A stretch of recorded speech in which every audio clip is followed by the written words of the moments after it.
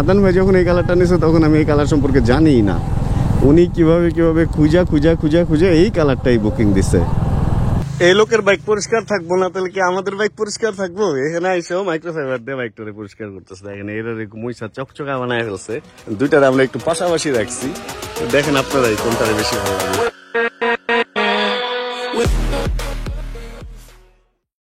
ভিডিওর একদম স্টার্টিংয়ে আপনাদের কাছে একটা প্রশ্ন, সেটা হচ্ছে স্টিকারটা আপনাদের আসলে কেমন লাগছে? লাস্ট ভিডিওতে আমি অত ক্লিয়ার দেখাইতে পারি নাই, কারণ তখন রাত ছিল। অ্যান্ড সামনের স্টিকারটা খোলাতে যে ভালো লাগতেছে এটা আমি নিজেই বুঝতেছি, বাট ট্যাঙ্কের স্টিকারটা কেমন লাগছে এটা আপনাদের কাছে প্রশ্ন থাকলেও কমেন্ট করে অবশ্যই জানাবেন। যারা বাস্তবে দেখছে তারা অনেক বেশি পছন্দ করছে, কারণ আসলে আমারও অনেক বেশি পছন্দ হয়েছে স্টিকারটা। অ্যান্ড কতদিন থাকে এটা হলো দেখার বিষয়। যদি বেশি ভালো লেগে যায় তাহলে স্টিকার করে স্টিকারের উপরে পলি করে দিব, তাহলে মোটামুটি স্টিকার ওঠার আর কোনো পসিবিলিটি থাকবে না। আর আজকে হচ্ছে আমরা দুইটা রয়্যাল এনফিল্ডের মিলন মেলা করব, আমার গানমেটাল গ্রে এবং ক্রোম রেড যেটা সেটা। চলেন স্টার্ট দেই। বিসমিল্লাহির রহমানির রহিম। মাঝে মধ্যে ব্লাস্ট হয়, ব্যাপারটা মজার লাগে। মানে স্ক্রুর ভিতরে পানি আটকায় আছে, এটার ভিতরেও, কারণ কালকে রাতে ধুইছিলাম। চলেন তাহলে আমরা বের হই, ওনাদেরকে একটু আগে যেতে দেই। 4:20 বাজে। তো আমি কিছুক্ষণ আগে মোস্তাকের সাথে কথা বলছি। ও আচ্ছা, আমাদের ক্রোম রেড না, ক্রোম ব্রোঞ্জ আসবে, ক্রোম ব্রোঞ্জ। আর আদান ভাইয়ের সাথে কথা হয়েছে। আদান ভাই হচ্ছে আইসিভির সামনে থাকবে। আমরা আজকে 300 ফিটে রাইড করব। এটা যেমন সত্যি, ঠিক ওই রকম আমরা আজকে এখন ইব্রাহিমপুর যাবো, অ্যান্ড ইব্রাহিমপুর দিয়ে দেন কাফরুলে ঢুকবো। আমার মানে মানুষ বলে না জন্মস্থান, কাফরুলটাকে আমার ওরকম কেন যেন জন্মস্থানই মনে হয়। এই ওনারা ছবি তুলতেছে, কি সুন্দর কাপল। জন্মস্থান এই কারণে মনে হয়, বুঝতে যখন শুরু করছি ওই টাইমটা আমার আসলে কাফরুলে গেছে। কাফরুলের গির্জার যে মিশনারি স্কুলটা, Saint Vincent de Paul's primary school, ওইখানে আমার 1 থেকে 4 পর্যন্ত পড়া হয়েছে। এরপরে মুসলিম মডার্নে হচ্ছে 5, 6, 7 এগুলা পড়া হয়েছে। মানে একটা ওইদিকের একটা আপনত্ব আছে ওই দিকের ব্যাপারটার মধ্যে। আমার মনে হয় যে ওইটাই আমার একদম রিয়াল নিজের এলাকা। যাই হোক, মোস্তাকের সাথে কথা হলেন। মোস্তাককে হচ্ছে আমি ওখান থেকে উঠায় নিয়ে যাবো। ওর বাইকটা বের করতে চাইতেছে না। ও হচ্ছে এফজেড রাইডার, অ্যান্ড বলতেছে একবারে 2 বাইক নিয়ে কি যায় লাভ কি, তোমায় আমার নিয়ে যাও, আবার আসার সময় নামাই দিয়ে চলে আসবো।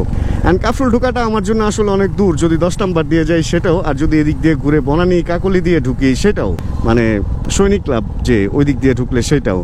পরেও আমাকে বললো যে এদিক থেকে গ্রিন ইউনিভার্সিটির পাশ দিয়ে যেই কাটাটা আছে, মানে পুরান এয়ারপোর্টটা শেষ হইলেই এখানে একটা কাটা আছে সামনে, অ্যান্ড ওইখান দিয়ে ঢুকলে সোজা হচ্ছে ইব্রাহিমপুর। অ্যান্ড ওইখান থেকে একটা জায়গায় গেলে নাকি ঝিলপার মোড় পাবো, ওইখান থেকে বামে গেলে ইব্রাহিমপুর, আর ডানে গেলে হচ্ছে উত্তর কাফরুলের রাস্তা। এক সময় তো সব চিন্তাম এগুলো, ছোট ছিলাম আসলে, ওই সময় এত বের হইতে দিত না। তারপরে ওই যে গেমস টেমস খেলার জন্য যে বের হইতাম, ওগুলাতে আসলে এই সমস্ত রাস্তাঘাটগুলো তখন চেনা পরিচিত ছিল। কিন্তু এখন তো সময়ের সাথে সাথে আসলে অনেক রাস্তাঘাট দেখতে দেখতে এই ছোটবেলার ওই রাস্তাগুলো ওইভাবে মনে নাই, বাড়িঘর হয়ে গেছে এইদিকে, এই জন্য রোডের দেখা গেছে ইও চেঞ্জ হয়ে গেছে, ঢকনকশাও চেঞ্জ হয়ে গেছে। এই পুরান এয়ারপোর্ট কি শেষ হয়ে গেল? খেয়াল রাখতে হবে। পুরান এয়ারপোর্ট, গ্রিন ইউনিভার্সিটি, এটা তো সনি, কথায় কথায় না আবার পার হয়ে যাই। মনে হয় পার হই নাই, তবে তবে তবে তবে শেওড়াপাড়া ওই যে ওইখানে দেখা যাইতেছে কাটা কই। পুরান এয়ারপোর্ট একটু ভুল করে ফেলছি, গ্রিন ইউনিভার্সিটিও খুঁজে পাইতেছি না। যাই হোক, এদিকেই কোনো এক জায়গায়, অ্যান্ড কোনো কাটা তো মনে হয় দেখি নাই, কারণ যে কাটাটা এর আগে ছিল ওইটা আবার একদম শুরুর দিকের কাটা, মানে ওইটা দিয়ে ঘুরলে আবার আগারগাতেই ঢুকে গেছে। সম্ভবত এই কাটা দিয়ে ঘুরেই তারপরে ঢুকতে হবে, আর তা না হলেও ভিতর দিয়ে আমি আসলে বের করে নিতে পারবো। অত যে নাদান ব্যাপারটা তো আসলে তা না।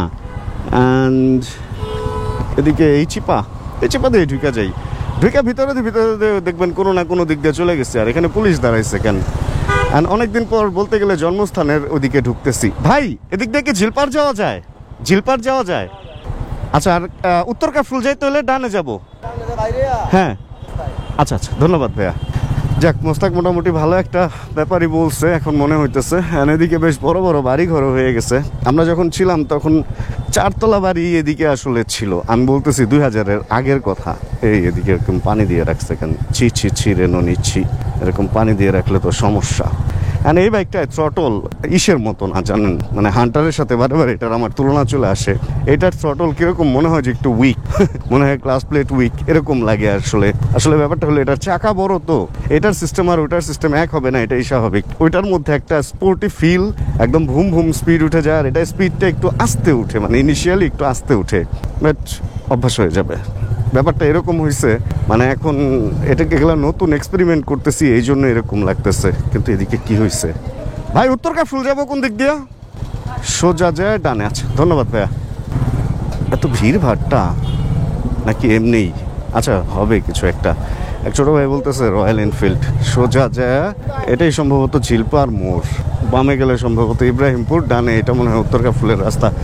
এদিকে আসতাম সাইকেল ভাড়া নিয়ে চালাই, সাইকেল চালানো শিখছি এরকমটা আমার খেয়াল আছে, কিন্তু কোন গল্লি কি? এদিকে রাসেল নামে ফ্রেন্ড ছিল, রাজীব নামে ফ্রেন্ড ছিল, আসলে ওরাই বা এখন কিরকম আছে, কোথায় আছে, ওদের বাড়িও তো চিনবো না। এরপরে আবির নামে একটা ভাই, মানে আমার বন্ধু ছিল, একসাথে পড়তাম। তুষার নামে একটা ফ্রেন্ড আছে, এখন ব্যারিস্টার, এটা আমি জানি। তুষারের ব্যাপারটা জানি কারণ ফেসবুকে আমার সাথে অ্যাড আছে। কিন্তু আবির আমার অনেক ভালো, মানে ছোটবেলায় একটা ভালো ফ্রেন্ড ছিল, থাকে না যে পছন্দের ফ্রেন্ড, এরকম একটা ফ্রেন্ড ছিল আবির, বড় বাড়ির, বাট ওইভাবে মানে এখন আর যোগাযোগ নাই। তারপরে আমাদের সাথে ফজলে রাব্বি মুন্সি, রাব্বি ছিল। এরপরে এক রানা ছিল, একটু স্বাস্থ্য ভালো ছিল, ওর মোটা রানা বলতো, আমারে বলতো শুকনা রানা, এরকম। এরপরে আর কার নাম মনে পড়ে, রোনাল্ড নামে আমার সাথে একটা ক্লাসমেট ছিল, আমরা 1 থেকে 3 বা 4 পর্যন্ত একসাথে পড়ছি। এই তো এদের নামই মনে আসতেছে। তারপরে সবুজ ছিল, মৌলভীপাড়ার সবুজ, একটা সবুজ মারা গেছিল, আমরা যখন ছোট তখন ও পুকুরে পড়ে মারা গেছিল। আর একটা সবুজ কি জানো, 2টা সবুজ ছিল, যে মারা গেছে নামটা মনে পড়তেছে না, ফুলফিল। অ্যান্ড একটা সবুজ হচ্ছে, এটা কি উত্তরকা ফুল নাকি এটা কই? আচ্ছা, হবে কিছু একটা সবুজ মারা গেছিল, একটা সবুজ বাঁচা আছে, খায়রুল আলম সবুজ মনে হয় বাঁচা আছে। আর কি সবুজ যেন মারা গেছিলো, খুব ছোট তখন, বুঝতাম না আসলে মারা যাওয়াটা কি জিনিস, একদম মাত্র স্কুলে ঢুকছি। আর খুব চেনা চেনা লাগতেছে, মনে হইতেছে এটা কি উত্তরকা ফুল স্কুল? ভাই এটা কি উত্তরকা ফুল স্কুল? ও ইয়ে, এই তাহলে তো চিনছি। এখানে মডেল সুইটি আপু ছিল, কোন বাসায় যেন, আমাদের সিনিয়র এক বোন। অনেক কিছুই মনে আছে, আবার অনেক কিছু মনে নাই। এত কাছে ভাই, কাফরুল এত কাছে, জানলে তো আমি রেগুলার কাফরুলে এসে আড্ডা দেবো এখন থেকে। তবে আজকে আপনাদেরকে গির্জার স্কুল বা এগুলা দেখাইতে পারবো না, কারণ হচ্ছে ওইদিকে আমরা ঢুকবো না। আজকে আমরা মোস্তাকের অফিসে যাব, বাম পাশে, আর কাফরুল হলো ডানে, চিনে গেছি আমি। এই বাম দিক থেকে ওরে জাস্ট উঠায়া দেন আবার যাইতে হবে, আদনান ভাইকেও তো ধরতে হবে। চলেন।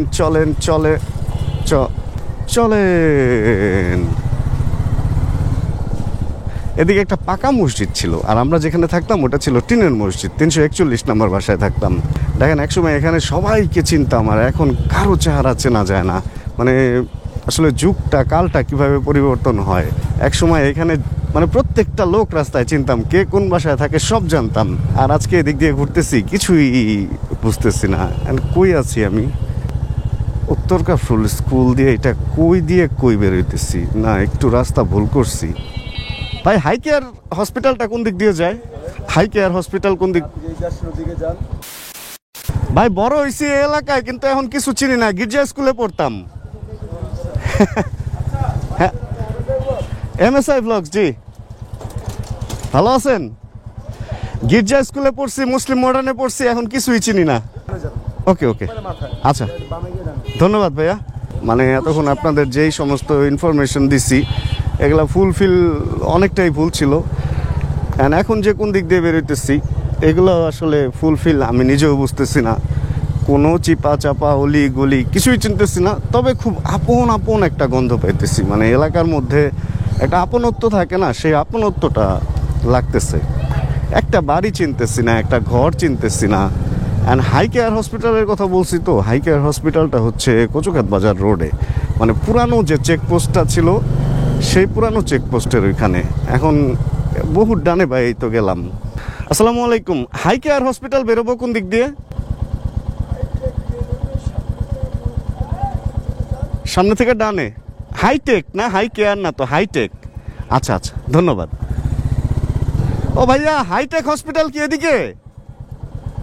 হ্যাঁ, MSI হাইটেক কি এদিকে? কি খবর? আচ্ছা ভাই, যাই। আচ্ছা, আরে আমরা দেখি সবাই চিনে এলাকায়। Oh my god, OMG, I am a celebrity. কি হইলো এডি? হাই কিন্তু আমি কিছু চিনি না কেন ভাই? আমার এখানের মানুষ চিনে, অথচ আমি কাউরে চিনি না। ইন্টারনেট সংযোগ মোস্তাক কি তোমার লাইন? বুঝতেছি না। এটা তো তোফাজ্জল ভাইদের এলাকা আমার যেটা মনে হইতেছে, কিন্তু তারপরেও আমি কিছু চিনতেছি না ভাই। এরকম ব্লগ আমি আমার জীবনে করি নাই, যে কি বলতে কি বলতেছি, কোত্থেকে কই যাইতেছি, ঘুরতেছি ফিরতেছি তো কিছুই খুঁজা পাইতেছি না। কই কই ঘুরা আবার ওয়াসা থেকে বেরিয়েছি। এটা কি হইলো? আয় হায় ভাই, এটা কি এয়ারপোর্টের শেষ সীমানা? আচ্ছা,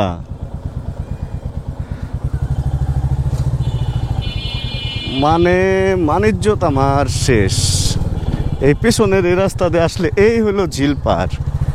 এতক্ষণে আমি রাস্তা শুরুতেই ভুল করছিলাম। পাবলিক অ্যাটেনশন পাওয়া যায়, যেই দেখে একবার, দ্বিতীয়বার আবার ঘুরে মানে চোখ ফিরে না আর কি, চোখটা এখানে লেগে যায় যে আরে কি বাইক এটা, ব্যাপারটা এরকম মানে হয়ে যায়। আচ্ছা, এদিক দিয়ে বেরোইছি, এটা হলো এখানে জেনিথ ওদের এরিয়া মেবি। পাখি থাকতো, আমার একটা বন্ধু ছিল এলাকায়, এখান দিয়ে বেরোইছি। অ্যান্ড আমার হচ্ছে এই ডান দিক দিয়ে ঢুকে যাই। ভাই একটু রাস্তা ভুল করেছি, এটা দিয়ে সম্ভবত হাইটেক দিয়ে বের হওয়া যাবে। পেছনে যা পেছনে যা পেছনে যা, ব্যাস। কারণ ওদিক দিয়ে রং গেলে এটা আর্মি এলাকা। একটা জিনিস খেয়াল করছেন, আর্মি এলাকায় গেলে সবাই ভদ্র হয়ে যায়, সভ্য হয়ে যায়, অ্যান্ড আইন মানা শুরু করে। কিন্তু সারা দেশে আমরা আবার ওই আইনটা মানি না। এই দেশের মধ্যেই আমরা যদি বিদেশ যাই, আমরা খুব নিয়ম নীতি। সিঙ্গাপুর গেলে তো থুতু ফেলা তো দূরের কথা, মানে একটা কাগজও রাস্তায় আমরা ফেলি না। কিন্তু আমাদের দেশে আমরা কি করি? ক্যান্টনমেন্টে ঢুকলে সোজা হয়ে যেতেছি না, বাট কী করি আমরা? আইনের প্রয়োগ থাকলে আসলে সব কিছু সোজা, আইনের প্রয়োগ না থাকলে আসলে সব কিছুতেই সমস্যা। আবার কোন চিপা দিয়ে বেরোইছি কে জানে, এবার যে কোন বিপদে পড়ি ভাই বুঝতেছি না রে ভাই, বুঝতেছি না একদমই কই থেকে যে কই যাইতেছি। আচ্ছা মোস্তাকরে উঠাই, তারপরে বাকি কথা। এই যে এদিক দিয়ে যেতে পারলে ভালোই তো, তাহলে এদিক দিয়ে আর্মি আটকাইবো উল্টা গেলে। এই ক্যান্টনমেন্টে ঢুকবো, খুলতে হবে। ক্যামেরা তো নিষেধ, স্যান্ডেল পরলে না করবো, কেস টেস করবো, জাস্ট ক্যামেরাটা খুলে রাখি। বিসমিল্লাহির রহমানির রহিম। টাকা আসলে এমনি এমনি নেয়, তারপরেও তো বাংলাদেশের অন্য বাইকের সাথে যদি তুলনা দাও এটার দাম কমই নিচ্ছে। আচ্ছা, যেখানে আমরা ছিলাম, আমরা ক্যান্টনমেন্ট থেকে বের হয়েছি, বের হয়ে হচ্ছে ভেতরে একটা ঘটনা দেখলাম। ওখানে স্পিডের লিমিট দেওয়া আছে, অ্যান্ড একটা GSX এর মেবি স্পিড একটু বেশিতে চালাইছে। অ্যান্ড ওনাদের যারা MP আছে ওনারা দাঁড়ায় থাকে, একজন আরেকজনকে ওয়াকি টকিতে মনে হয় বলে দিচ্ছে, ওনাকে চেকপোস্টে ধরে ফেলছে। অ্যান্ড আমিও সাইড পর্যন্ত উঠায় ফেলছিলাম, অ্যান্ড পরে আমার আসতে মনে পড়ছে যে এখানে তো আবার লিমিট আছে। অ্যান্ড লিমিট কত আমি যদিও জানি না, বাট অন্যান্য গাড়ির পেছনে ছিলাম, কাউকে ওভারটেক করে ওভার স্পিড করি নাই, এই জন্য প্রবলেম হয় নাই। আজকে অনেক বছর পর ক্যান্টনমেন্টে ঢুকলাম, অ্যান্ড একটা জিনিস বুঝলাম যে আসলে এইখানে আসলে মানুষ জেব্রা ক্রসিং যে ওইটারও পিছনে দাঁড়ায় সিগন্যাল করলে। কোনো আর্মি বা পুলিশ নাই যে আপনাকে বলবে যে আপনি যান বা আপনি যায়েন না। সবাই সিগন্যাল লাইট দেখতেছে, লাইট দেখে এটা মানতেছে। তাহলে ওইখানে যদি মানতে পারে, সারা দেশেও এটা মানানো সম্ভব। ভাই, যেই পুলিশগুলাকে স্টক করে রাখে থানায়, সেই পুলিশগুলাকে নর্মালি যদি এই দায়িত্ব দেওয়া হয়, এটা ভালো না রাস্তায়?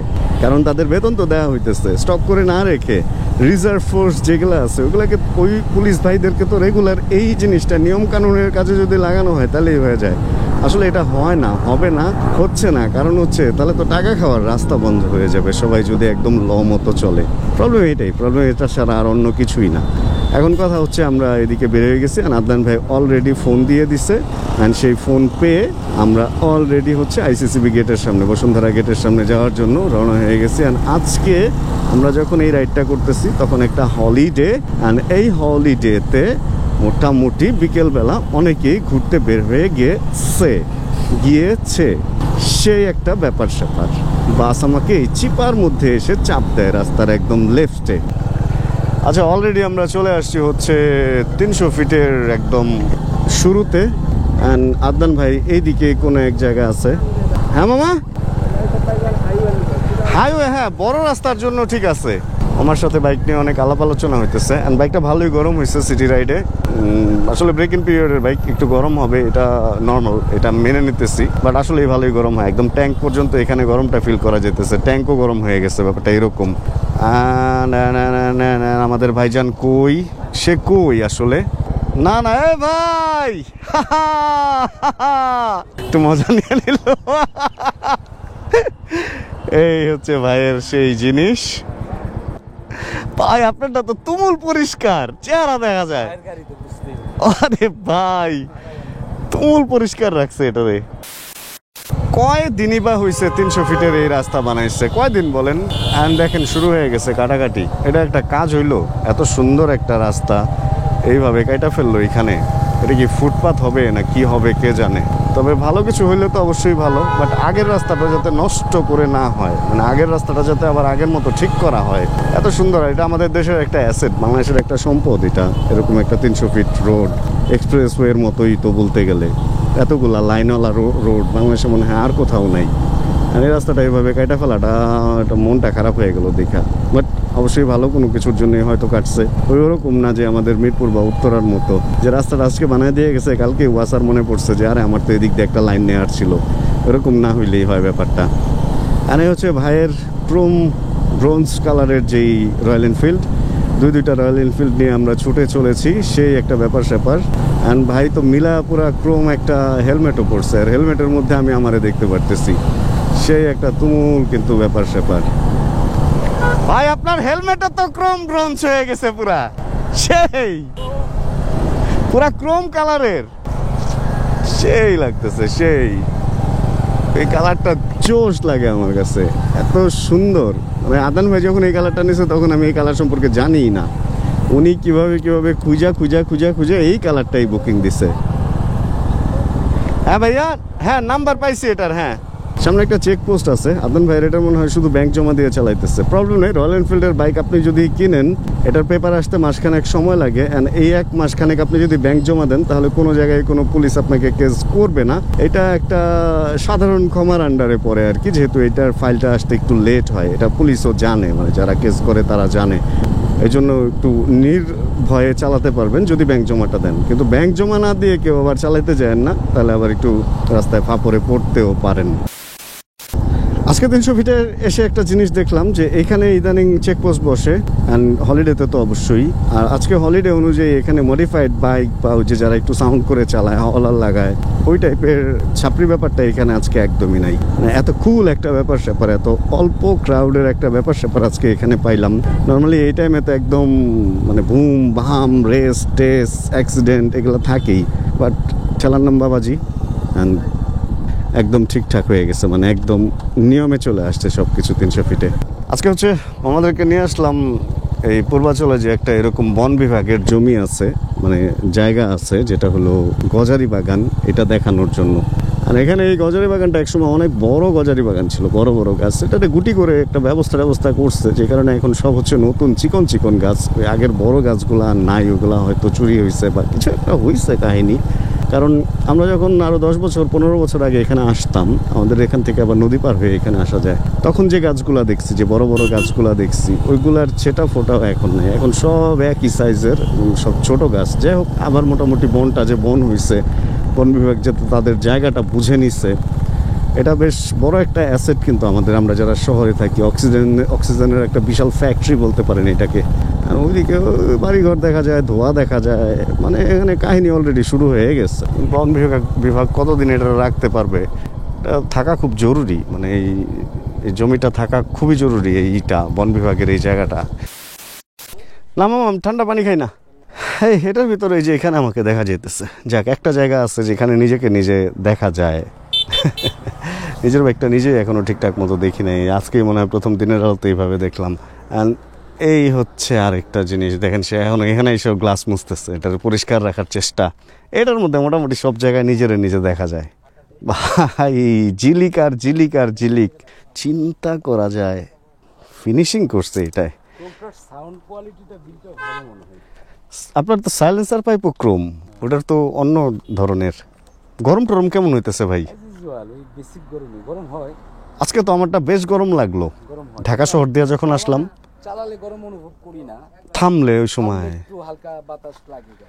এই লোকের বাইক পরিষ্কার থাকবো না, তাহলে কি আমাদের বাইক পরিষ্কার থাকবো? এখানে আইসো মাইক্রোফাইবার দিয়ে বাইকটারে পরিষ্কার করতেছে। এখানে এর মইসা চকচকা বানায় ফেলছে, দুইটারে আমরা একটু পাশাপাশি রাখছি।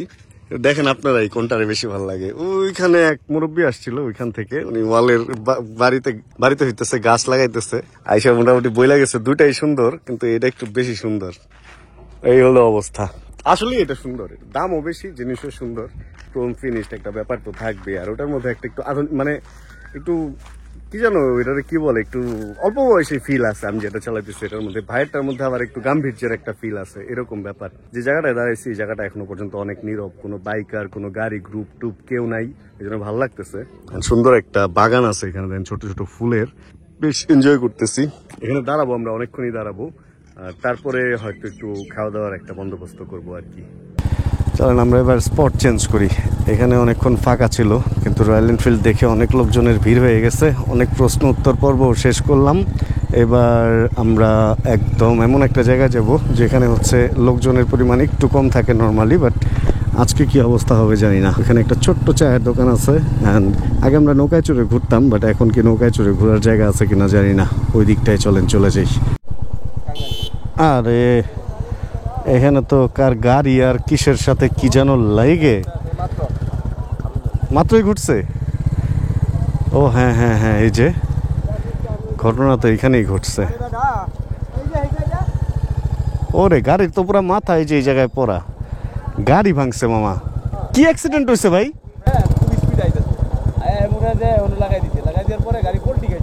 ও পালাইতে যায়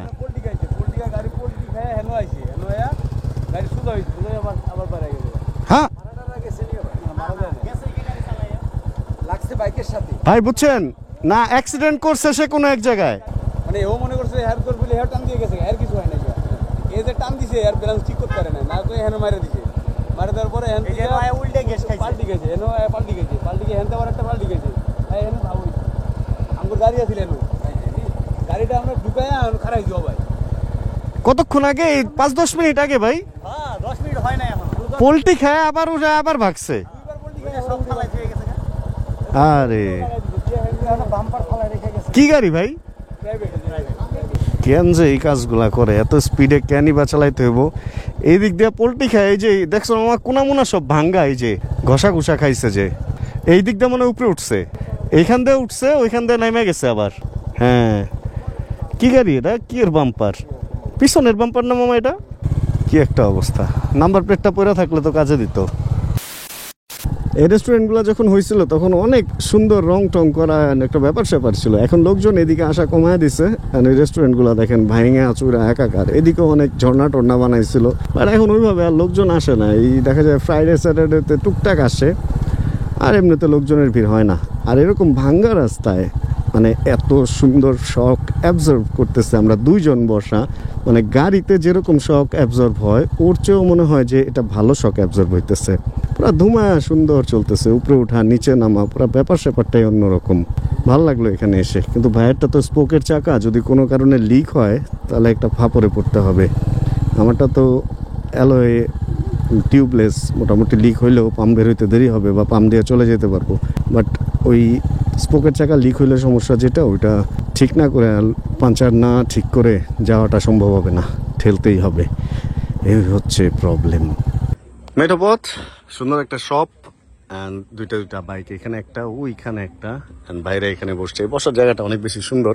একটা সময় এদিকে লোকজন অনেক কম আসতো, অ্যান্ড আমরা আসতাম, বসতাম, অনেক সুন্দর লাগতো, ভালো লাগতো। অ্যান্ড তারপরে অনেক লোক আসা শুরু হলো, অ্যান্ড আমাদের আর এদিকে আসা বন্ধ হয়ে গেল। অ্যান্ড ইদানিং আবার আজকে একটা হলিডে, কিন্তু তারপরেও দেখেন লোকজনের কোনো ভিড়ভাড়টাই নাই। ভালো লাগতেছে ব্যাপারটা, মানে আমি কারণ জানি না, বাট ভালো লাগতেছে। আমার মনে হয় লোকজন গ্রামের বাড়ি চলে গেছে, কারণ 3 দিনের একটা ছুটি চলতেছে, এই জন্য হয়তো বা। যাক, তাহলে আর কি করবো, এখান থেকে আমরা হাঁস খাওয়া দেন ব্যাক করবো আর কি। যাইতে যেতে অন্ধকার হয়ে যাবে, দেখানোর কিছু থাকবে না। এই জন্য এই ভিডিওটা থেকে এখানে বিদায় নিয়ে নিই। হোপ রাখতেছি ছোট্টখাট্ট একটা রাইডের ভিডিও আপনাদের ভালো লাগছে, দুইটা রয়্যাল এনফিল্ড সহ। যদি ভিডিও ভালো লাগে প্লিজ একটা লাইক দিয়ে দিন। চ্যানেল যদি নতুন হন প্লিজ সাবস্ক্রাইব করে আমাদের ফ্যামিলি মেম্বার হয়ে যান। জানাবেন কে কোন জায়গা থেকে ভিডিও দেখছেন। যতক্ষণ পরবর্তী ভিডিও নিয়ে আবার আমি না আসতেছি, ততক্ষণ ইনশাআল্লাহ আমরা থাকবো ভালো, আমরা থাকবো সুস্থ, এবং কোথায় ঠিক ইনশাআল্লাহ। Bro, check the mic and make sure it sound right, boys.